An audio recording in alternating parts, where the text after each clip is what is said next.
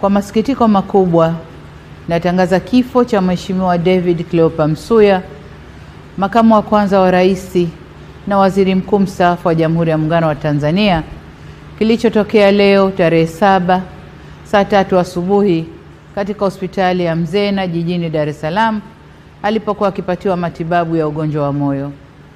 Hayati Cleopa David Msuya ameugua kwa muda mrefu na amekuwa akipatiwa matibabu ndani na nje ya nchi, ikiwemo katika hospitali ya moyo ya Jakaya Kikwete, hospitali ya Mzena na kule jijini London nchini Uingereza. Natoa pole kwa familia, ndugu, jamaa, marafiki na Watanzania wote kwa msiba huo mkubwa kwa taifa.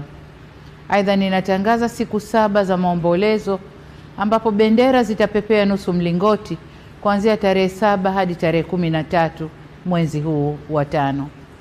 Taarifa zaidi kuhusu msiba huu zitaendelea kutolewa na serikali. Poleni sana Watanzania.